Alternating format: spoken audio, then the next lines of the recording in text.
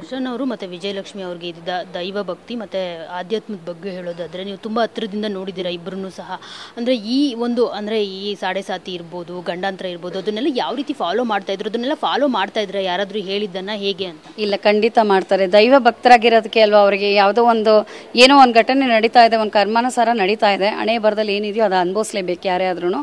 So ಆದರೆ ಅವರು ಎಲ್ಲ ಇವಾಗ ಅವರು ಏನೇ ಸ್ಟಾರ್ ಆದ್ರೂ ಸಾಮಾನ್ಯ ಮನುಷ್ಯ ಅವರು ಅಲ್ವಾ, ಅವ್ರಿಗೂ ಎಲ್ಲ ಗ್ರಹಗತಿಗಳು ಎಲ್ಲ ಇದ್ದೇ ಇರುತ್ತೆ. ಸೊ ಅವರು ಅದೇ ಥರನೇ ಅದನ್ನು ಫಾಲೋ ಮಾಡಿ ದೇವ್ರುಗಳನ್ನ ಮಾಡ್ತಾರೆ. ಅವರು ಅತ್ತಿಗೆನೂ ಮಾಡ್ತಾರೆ, ಅಣ್ಣನೂ ಮಾಡ್ತಾರೆ. ಅವರಿಬ್ಬರು ಅಷ್ಟೇ, ಇಬ್ಬರು ದೈವ ಮತ್ತು ಮಗುನೂ ಅಷ್ಟೇ.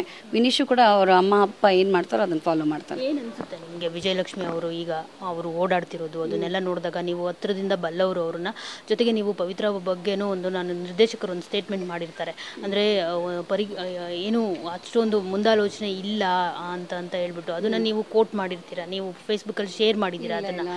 ಸೊ ಅದ್ರ ಬಗ್ಗೆ ನನಗೆ ಅವ್ರ ಅಲ್ಲ ವಿಜಯತ್ಗೆ ಅಂದರೆ ನನಗೆ ಅಷ್ಟೊಂದು ಕ್ಲೋಸೆಸ್ಟ್ ಅಲ್ಲ ಅವರು.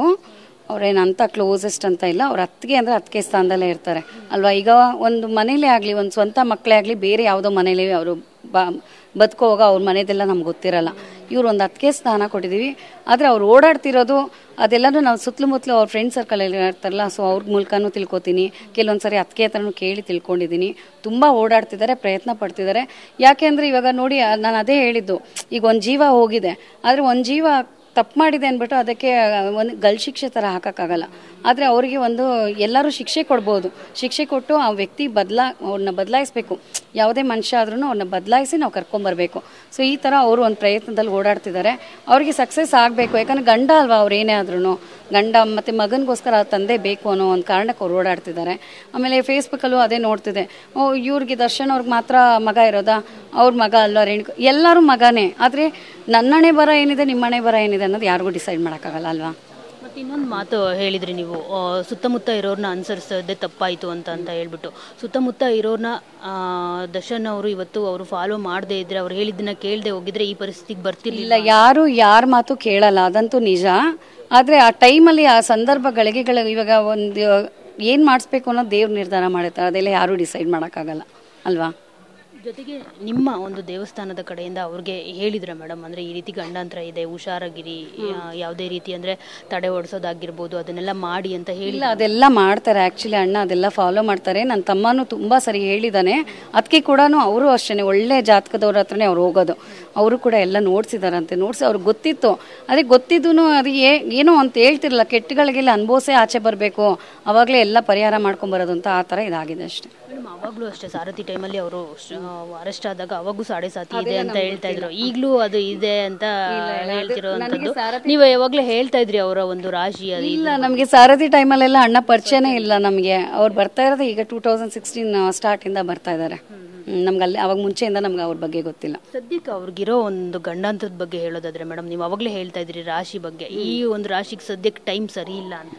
ಇಲ್ಲ, ನಾವು ಏನು ಜ್ಯೋತಿಷಿಗಳಲ್ಲ ನಾವು ಹೇಳೋದಕ್ಕೆ. ಆದರೆ ನಾವು ಮತ್ತೊಬ್ರು ಯಾರಾದರೂ ಹೇಳೋರನ್ನ ನಾವು ಕೇಳಿರ್ತೀವಿ. ಯಾಕಂದ್ರೆ ಎಲ್ಲ ಮನುಷ್ಯರಿಗೂ ಎಲ್ಲ ಥರ ಗ್ರಹಗತಿಗಳು ಇದ್ದೇ ಇರುತ್ತಲ್ವಾ. ಸೊ ಅದನ್ನು ನಾವು ಕೇಳ್ಕೊಂಡು ನಾವು ಫಾಲೋ ಮಾಡ್ತಿರ್ತೀವಿ.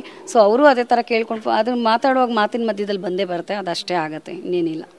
ಫೈನಲಿ ಏನು ಹೇಳ್ತೀರಿ ಮೇಡಮ್? ಅವ್ರ ಬಗ್ಗೆ ನಾವು ಏನು ಹೇಳೋಕ್ಕಾಗುತ್ತೆ ಅದು ಕೋರ್ಟ್ ಹೇಳೋ ತನಕ ನಾವು ಏನು ಹೇಳಬಾರ್ದು. ಆ್ಯಕ್ಚುಲಿ ನಾವು ಪ್ರೇ ಮಾಡ್ಬೋದು. ಒಂದು ಮನುಷ್ಯ ಆಗಿ ಇನ್ನೊಬ್ಬ ಮನುಷ್ಯನಿಗೆ ನಾವು ಒಳ್ಳೇದು ಹೇಳ್ಬೋದು. ಆದರೆ ಇಲ್ಲಿ ಟ್ರಯಾಂಗಲಲ್ಲಿದೆ ಏನಿಲ್ಲ, ಅಲ್ಲಿ ಜೀವ ಹೋಗಿದೆ, ಅವ್ರಿಗೆ ನಾವೇನು ಮಾಡ್ಬೋದು? ಇಲ್ಲ ಅಣ್ಣಂದು ಫ್ಯಾಮಿಲಿ ಹಿಂಗಿದೆ, ಈ ಥರ ಏನು ಮಾಡ್ಬೋದು? ಅವ್ರ ಜೊತೆ ಸುತ್ತಲೂ 19 ಜನಕ್ಕೆ ಏನಾಗ್ತದೆ, ಈ ಥರ ನಾವು ಯೋಚನೆ ಮಾಡ್ಬೋದು ಅಷ್ಟೇ. ಬಟ್ ನಾವು ಯಾರೂ ಅದನ್ನು ಕ್ಲಾರಿಟಿ ಕೊಡೋಕ್ಕಾಗಲ್ಲ, ಅದನ್ನು ಪಿಕ್ಚರ್ ಏನಾಗುತ್ತೆ ಫೈನಲ್ ಅಂತ. ಸೊ ಡಿಸೈಡ್ ಆಗಬೇಕಾಗಿರೋದು ಕೋರ್ಟ್ ಥ್ರೂ ಅಲ್ಲಿ, ಅದೇ ಆಗಲಿ ಅಷ್ಟೇ. ಸೊ ಮುಂದಿನ ದಿನಗಳು ಜೀನಿಯಸ್ ಮುತ್ತ ಸಿನಿಮಾ ಬರ್ತಾ ಇದೆ. ಆ್ಯಸ್ ಎ ನಿರ್ಮಾಪಕಿಯಾಗಿ ಮತ್ತು ನಿಮ್ಮ ಮಗನ್ನ ಬಿಗ್ ಸ್ಕ್ರೀನಲ್ಲಿ ನೋಡೋದು ನಿಮ್ಗೆ ಎಷ್ಟು ಎಕ್ಸೈಟ್ಮೆಂಟ್ ಇದೆ? ಅಲ್ಲ, ಜೀನಿಯಸ್ ಮುತ್ತ ಅಂತಂದರೆ ಹೇಳಿದ್ನಲ್ವಾ, ಅದು ಕೋಇನ್ಸಿಡೆಂಟ್ಲಿ ನಮಗೆ ನಾವು ಅಂದ್ಕೊಂಡಿದ್ದೇನೋ ದೇವ್ರ ಪ್ಲ್ಯಾನಿಂಗ್ ಏನೋ ಅನ್ನೋ ಥರ ಅಮ್ಮ ಬಂದರು. ಅವ್ರು ಡೈರೆಕ್ಷನ್ ಮಾಡ್ತಾರೆ ಅಂತಲೂ ನಾವು ಅಂದ್ಕೊಂಡಿರಲಿಲ್ಲ. ನಾನೇ ಕೇಳಿಬಿಟ್ಟೆ, ಅಮ್ಮ ನೀವೇ ಮಾಡಿ ಅಂತ. ಅವ್ರು ಅಯ್ಯೋ ನನ್ನ ಕೈಲಿ ಆಗತ್ತೇನೆ ತಾಯಿ ಅಂತಂದರು. ನೀವು ಆಗತ್ತೆ ಮಾಡಿ ಅಂದೆ. ಅವ್ರು ಮಾಡ್ತಾ ನಾನು ಅವ್ರನ್ನ ನೋಡೋದು.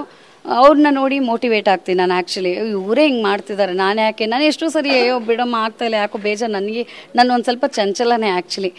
ಬೇಡ ಬಿಡಿ ನಂಗೆ ಯಾಕೋ ತುಂಬ ಕಷ್ಟಪಡೋದೆಲ್ಲ ಆಗಲ್ಲ, ನಾವು ಬಿಸ್ನೆಸ್ಸಲ್ಲಿ ಈಸಿಯಾಗಿರೋರು, ನಾವು ಇದೆಲ್ಲ ಏನಕ್ಕೆ ಬೇಕು ನಮಗೆ ಅನ್ನ.